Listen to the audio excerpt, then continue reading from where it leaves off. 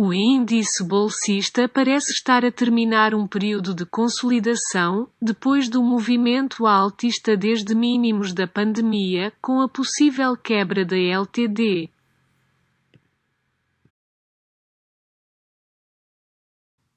A divergência média negativa com o oscilador continua presente. Talvez com o SP500 a testar com sucesso e a reagir com bastante força altista à LTD quebrada, que mantinha o bear market intacto, ajude o índice português a retomar o seu rumo altista.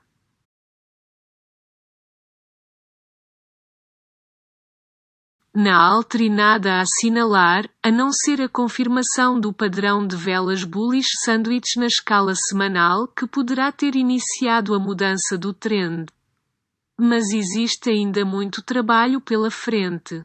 Nomeadamente a conquista da zona dos 4,80 que coincide neste momento, com a média móvel de 50 dias.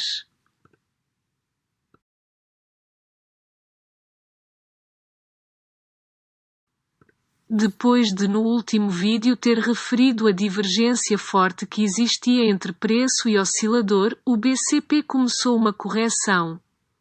Neste momento está a testar a linha de tendência de alta de curto prazo e a média móvel de curto prazo. Se a quebra, então a correção poderá se prolongar. O RSI já está em full throttle.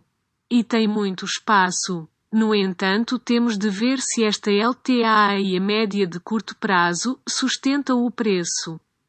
Este binômio dá mais força à tendência do que se fosse só um. O índice bolsista também ajudou às recentes subidas. Será que se vai manter esta simbiose? No semanal o RSI está em sobreaquecimento.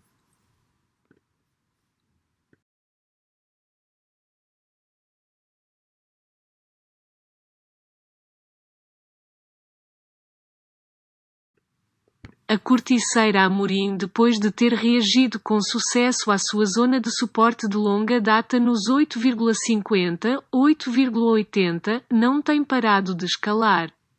Encostou-se agora a uma zona de resistência, também de longa data nos 9,80, 10.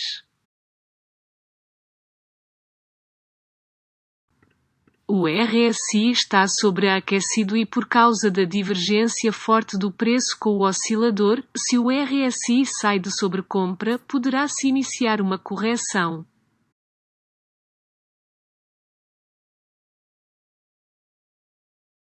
Os CTT estão junto a uma zona que considero a fronteira bull e bear. Por causa da escalada rápida do preço, acabou por criar uma divergência média negativa entre preço e o RSI. Teremos de ver agora nos próximos dias se estamos em zona de distribuição ou acumulação.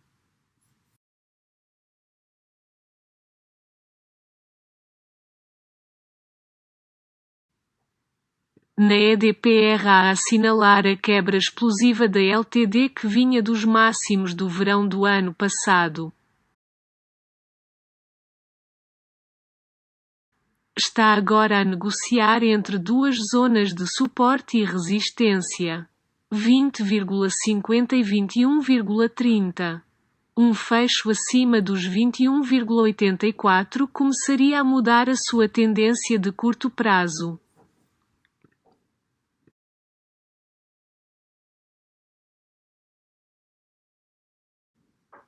A EDP, depois da escalada desde outubro do ano passado, iniciou uma consolidação entre os 4,50 e os 4,90.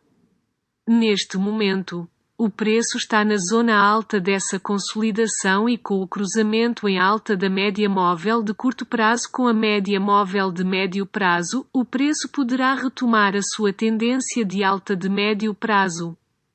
Uma conquista dos 5,20 em fecho mudaria igualmente a sua tendência de longo prazo.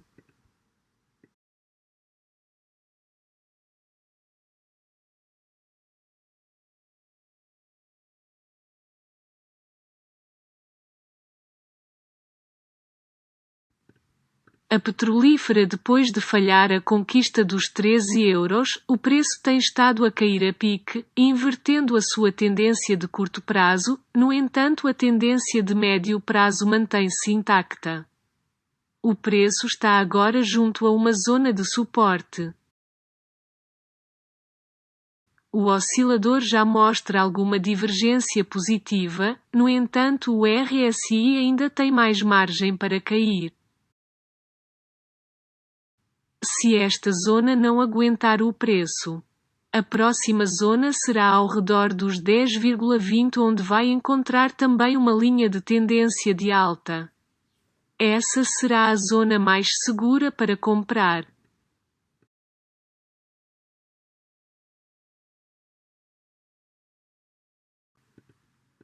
A Greenvolt, depois de perder a zona de suporte dos 7,30, 7,50, parece ter assentado na faixa superior da zona 6,80, 7,00, que funcionou como suporte em outubro do ano passado.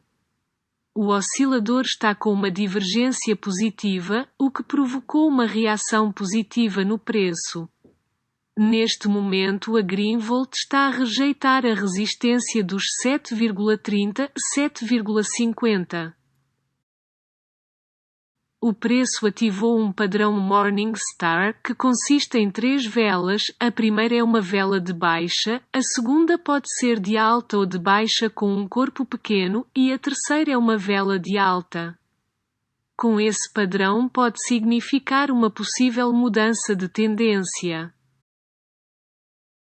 No semanal também fez um martelo, tudo ajuda para que a tendência mude. A JMT tem estado a negociar na faixa inferior de um canal e continua a consolidar nessa zona.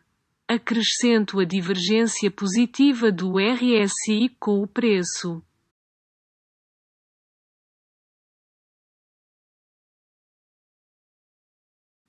O duplo fundo será ativado quando furar a zona dos 20,50. A Mota-Engil, depois de rejeitar a zona dos 2 euros, que não o fazia desde antes da pandemia, perdeu a zona 1,67, 1,75, que foi resistência em 2020, após o rumor dos chineses. Neste momento, o preço está por baixo dessa zona.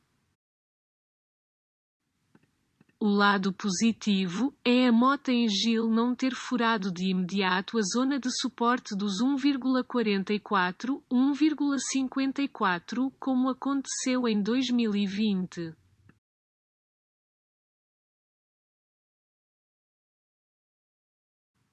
Muito à custa da média móvel de médio prazo ter servido de suporte. O que é o mesmo que dizer que os preços atualmente estão em faixas de negociação mais altas que em 2020, fazendo com que a tendência de baixa possa ter atingido o fundo. Teremos de ver nos próximos dias se existe consolidação para acumulação ou distribuição.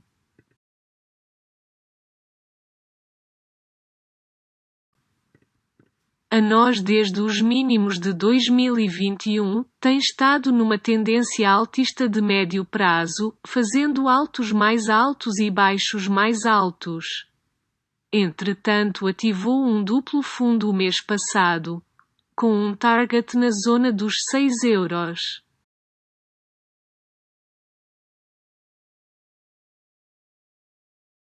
A assinalar uma divergência negativa forte entre preço e oscilador, evidenciando que estará para breve um novo mínimo mais alto, mantendo a sua tendência altista. No semanal também existe uma divergência negativa relevante entre preço e RSI. O preço está a negociar numa zona que foi resistência em 2014, que considero de pouca importância, dado que os preços não têm essa longevidade de memória.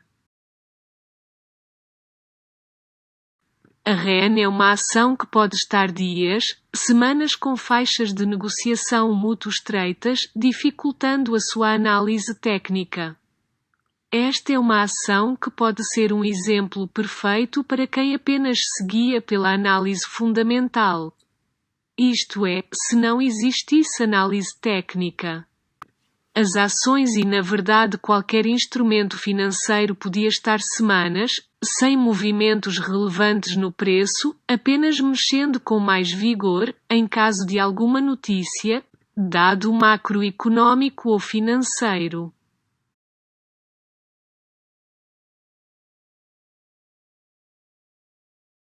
A CEMAPA está neste momento no topo de uma zona negociada em todo o ano de 2022 com a agravante de ter uma divergência negativa entre preço e oscilador e com o RSI em sobreaquecimento.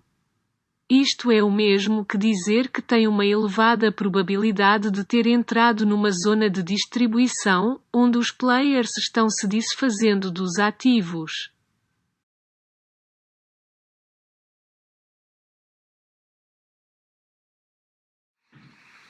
A Sonai, depois de ativar um duplo fundo em 2021, atingiu o seu objetivo. De seguida, o preço continuou a progredir até uma zona de resistência, acompanhada de uma divergência negativa forte entre preço e RSI, originando uma forte correção do preço e criando um baixo mais baixo na tendência de médio prazo. Já no meio da divergência tinham surgido alguns alertas com o preço a não ter força para fazer novos máximos e a fazer mínimo mais baixo. Neste momento o preço está outra vez a criar uma divergência negativa entre preço e RSI, junto à mesma zona de resistência, mas numa tendência de curto prazo altista.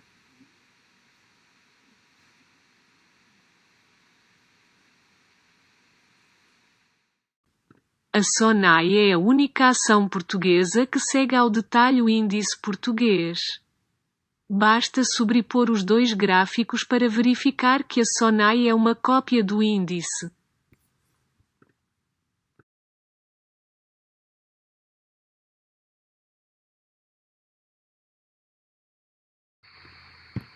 A Navigator está prestes a ter cruzamento de duas importantes médias móveis que dão especial importância. A média móvel de longo prazo e a média móvel de curto prazo. O seu cruzamento em alta indicia mais movimento altista. Mas ainda existe muito trabalho pela frente para que a tendência de médio prazo mude. Nomeadamente fazer um alto mais alto, isto é, tem agora um objetivo de ir fechar o gap do dividendo e fazer um alto mais alto. Mas no curto prazo tem de conquistar a resistência na zona dos 3,40. Do lado negativo, saliento a divergência média negativa entre oscilador e preço nas escalas horárias depois de fazer duplo topo. Curioso é o padrão de velas bearish sandwich no semanal. O preço bateu na média móvel de curto prazo no semanal. Teremos de observar o preço na próxima semana para perceber se vai dar importância a esse padrão de velas, dado que está no topo de uma tendência altista de curto prazo.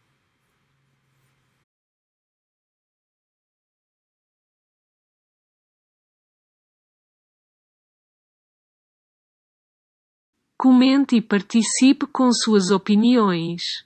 Subscreva para receber próximas atualizações deste e de outros instrumentos financeiros.